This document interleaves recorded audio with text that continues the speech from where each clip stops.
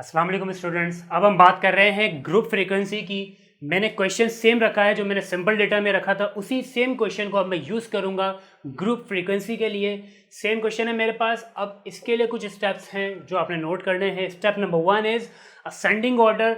Same काम करना है जैसे हमने सिंपल डेटा में किया था, आपने असेंडिंग ऑर्डर करना है। उसके बाद आपने निकालनी है उसकी रेंज।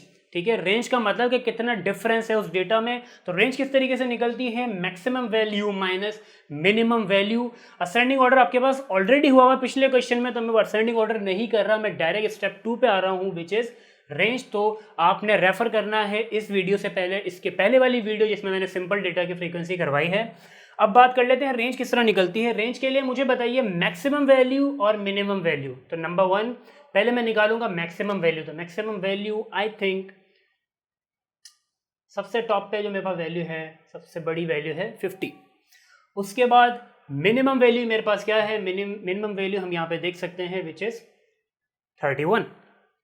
ठीक है, लेकिन जब आपने असेंडिंग ऑर्डर इसको किया होगा तो आपकी टॉप पे जो सबसे पहली वैल्यू है that will be your minimum value, और जो सबसे लास्ट में वैल्यू आएगी वो आपके लिए कहलाएगी मैक्सिमम वैल्यू।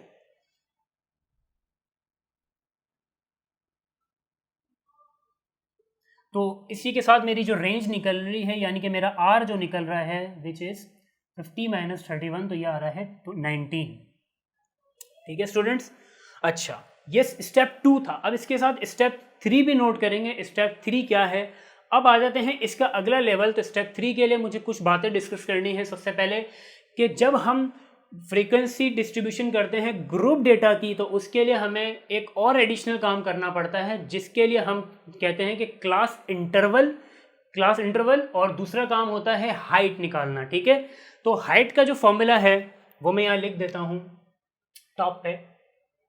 हाइट को मैं डिनोट कर रहा हूँ h से, और ये किस तरीके से निकलता है कि r यानी कि मेरी रेंज, उसको मैं डिवाइड करता हूँ नंबर ऑफ क्लासेस। ये क्या चीज है, क्लास इंटरवल जब हम बनाते हैं तो उसके लिए नंबर ऑफ क्लासेस यानी कि नंबर ऑफ रॉज कितनी रखनी है मुझे। ठीक है, जो आइडियल साइज होती है रॉ की, यानी कि जो उसकी क्लास इंटरवल के जो क्लासेस की वो आइडियल साइज होती है 5। ठीक है, और ये आगे भी जा सकती है, लेकिन मिनिमम भी आप 4 कर सकते हो, उससे ज़्यादा छोटा आप नहीं कर सकते। सिंस मेरे पास डेटा का भी छोटा है, 20 वैल्यूज़ है, तो इस केस में आइडियल यहाँ पे होगा 4। अच्छा, अब बात आती है अगर मैं 5 लेना चाहूँ तो मैं 5 भी ले सकता हूँ, मैं 4 लेना चाहूँ 4 भी ले सकता हूँ। टोटली आपकी अपनी जजमेंट है, लेकिन 4 से छोटा नहीं होना चाहिए। ठीक है, और एक और बात बता दूं, आपके एग्जाम में इंटरमीडिएट स्टैटिस्टिक्स के एग्जाम में ये जो नंबर ऑफ क्लासेस है ये मोस्टली गिवन होती है, आपको निकालनी नहीं पड़ती या अज्यूम नहीं करनी पड़ती। ठीक है, तो हम यहाँ पे फिलहाल अज्यूम कर रहे हैं कि हमारी जो क्लास इंटरवल है वो हम रख रहे हैं 4।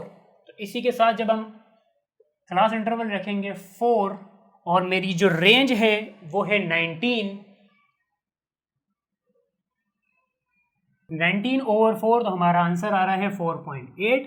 अब एक अहम बात बता दूं कि स्टैटिस्टिक्स में हमने ऑलवेज राउंड ऑफ करना होता है, लेकिन कुछ ऐसी जगह जहां मैं बताऊंगा वहां आपने राउंड ऑफ नहीं करना है, वहां मैं आपको बताऊंगा कितने डेसिमल पे आपने लेके जाना है। लेकिन जब आप हाइट निकाल रहे हो या आप क्लास इंटरवल निकाल रहे हो तो you have to rounded up. मैंने देखो क्या वर्ड यूज किया, राउंड अप करना है आपने राउंड ऑफ नहीं करना है। राउंड अप का मतलब है अगर 4.1 भी आ रहा होता मेरे पास तो मैं इसको लेके कहाँ चला जाता, अप की तरफ लेके जाता, यानी कि मैं इसको कर देता 5। इसी तरह यहाँ पे मेरे पास आ रहा है 4.8, फिर भी मैं इसको क्या करूँगा, मैं इसको राउंड अप करूँगा और एस्टिमेटेड वैल्यू मेरे पास आ गई विच इज़ 5, यानी कि मेरी हाइट जो बन गई 5। हाइट का मतलब है एक नंबर और दूसरे नंबर के बीच में जो फ़र्क है, जो साइज़ का फ़र्क है वो होनी चाहिए 5। अब मैं आपके पास एक टेबल बनाता हूँ तो आगे आपको मज़ीद क्लियर होगा कि हमने क्यों किया है। क्लास इंटरवल, ठीक है, अब क्या करना है हमने क्लास इंटरवल में, सबसे पहले मैंने लिखनी है मिनिमम वैल्यू विच इज 31। ठीक है, मेरे पास सबसे छोटी वैल्यू आ रही है 31। अब इसके बाद स्टार्ट किया मैंने मिनिमम वैल्यू से, उसके बाद मैं ये कह रहा हूं कि मेरी हाइट जो है यानी कि मेरी साइज जो है वो 5 है। तो अब आप काउंट कीजिएगा 31, 32, 33, 34 एंड 35। तो अगली वैल्यू में मैंने 5 जब काउंट किया, यानी कि मैंने इसमें 5 ऐड नहीं करना। अगर आप ऐड करेंगे तो यहाँ 36 आ जाएगा स्टूडेंट्स। यहाँ पे आपने काउंट करना है 31, 32, 33, 34 एंड 35। तो ये टोटल 31 से 35 का मतलब इसमें टोटल 5 नंबर्स इंक्लूड हैं, यानी कि 31 इटसेल्फ, इसके बाद 32, 33, 34 एंड देन 35। तो टोटल यहाँ पे 5 नंबर्स हो गए, यानी कि मैं क्या कह रहा हूँ, मेरी हाइट कितनी है 5। इसके बाद अगला नंबर होगा 36 से कहाँ तक जाएंगे सर हम, इसमें भी हम जाएंगे 5 तक, यानी कि 36, 37, 38, 39 एंड देन 40। इसी तरह अगला नंबर मेरा होगा 41 और इसके साथ 42, 43, 44 एंड 45। तो इन दोनों का भी फर्क जो है वो 5 होना चाहिए। इसके बाद हम आगे बात कर लेते हैं 46 से आगे बढ़ेंगे 47, 46, 47, 48, 49 and the last one is 50। तो आप देख रहे हैं मैंने यहाँ पे इसको कंप्लीट किया है, जिसके अंदर मेरे पास टोटल आप देख रहे हैं 4 ही रॉज आ रही हैं, यानी कि जो मेरी क्लास की जो नंबर ऑफ क्लासेस हैं जो मेरी, वो कितनी आ रही हैं स्टूडेंट्स, वो मेरे पास 4 ही आ रही हैं, 1 2 3 4। ठीक है, जो हमने डिसाइड किया था, जो हमने अज्यूम किया था, ये वही आ रही है। अब हमने क्या करना है, अब अगले स्टेप की तरफ जाना है। अब हमने करना है टैली, यानी कि हम इसमें टैली मार्किंग करेंगे। किस तरीके से कि 31 से 35 तक कितनी वैल्यूज़ हैं, यानी कि कितनी दफ़ा एक नंबर आ रहा है या कोई नंबर इस स्लॉट में आ रहा है, तो उस पर ज़रा काम कर लेते हैं।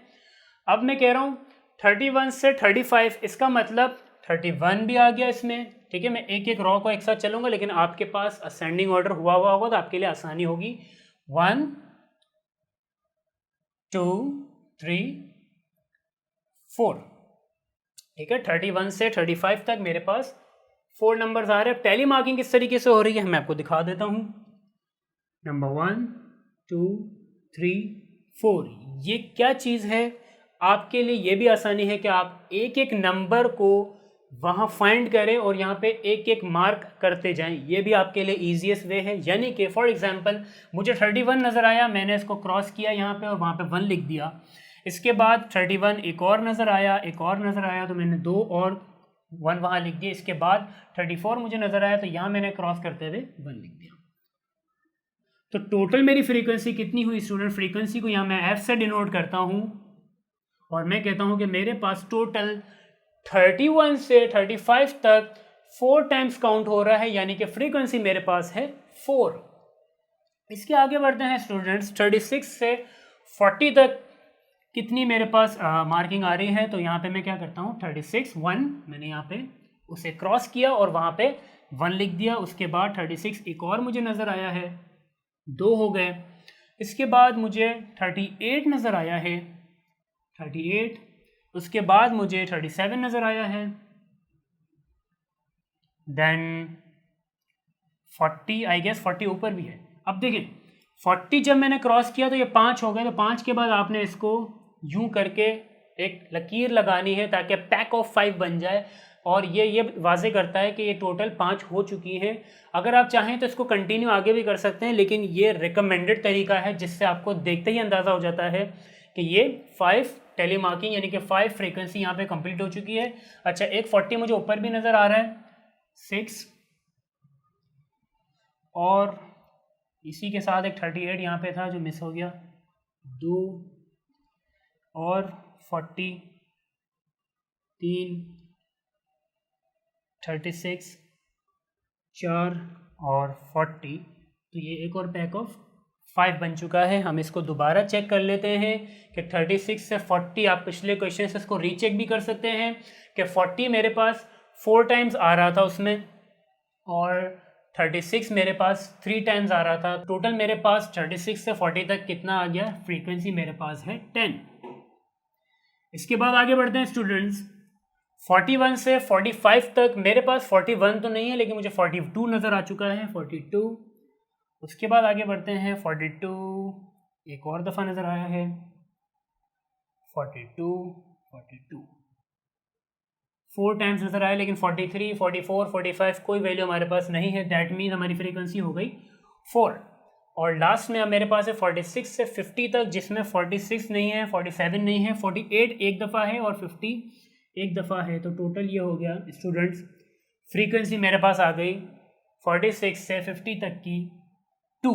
अब आप एक चीज़ और नोट करेंगे कि फ्रीक्वेंसी का जो टोटल है वंस अगेन मेरी टोटल नंबर ऑफ ऑब्जर्वेशन से मैच करना चाहिए, लाइक 4, 10, 14, 14 और 6, 20। ठीक है। तो स्टूडेंट्स हमने क्या सीखा कि किस तरीके से ग्रुप फ्रीक्वेंसी की जाती है। सबसे पहले मैंने क्या किया, मैंने असेंडिंग ऑर्डर किया, उसके बाद मैंने रेंज निकाली, देन रेंज निकालने के बाद मैंने हाइट कैलकुलेट की और फिर उस हाइट की मदद से मैंने क्लास इंटरवल बनाया और उस क्लास इंटरवल में फॉल करने वाली हर एक फ्रीक्वेंसी को लिस्ट किया। तो यहाँ पे मेरा फ्रीक्वेंसी टेबल कंप्लीट हो जाता है। और अब हम मज़ीद आगे इस पे काम करेंगे कि किस तरीके से क्लास इंटरवल से क्लास बाउंड्रीज बनाई जाती हैं। तो मिलते हैं आपसे न्यू वीडियो में, तब तक के लिए अल्लाह हाफ़िज़।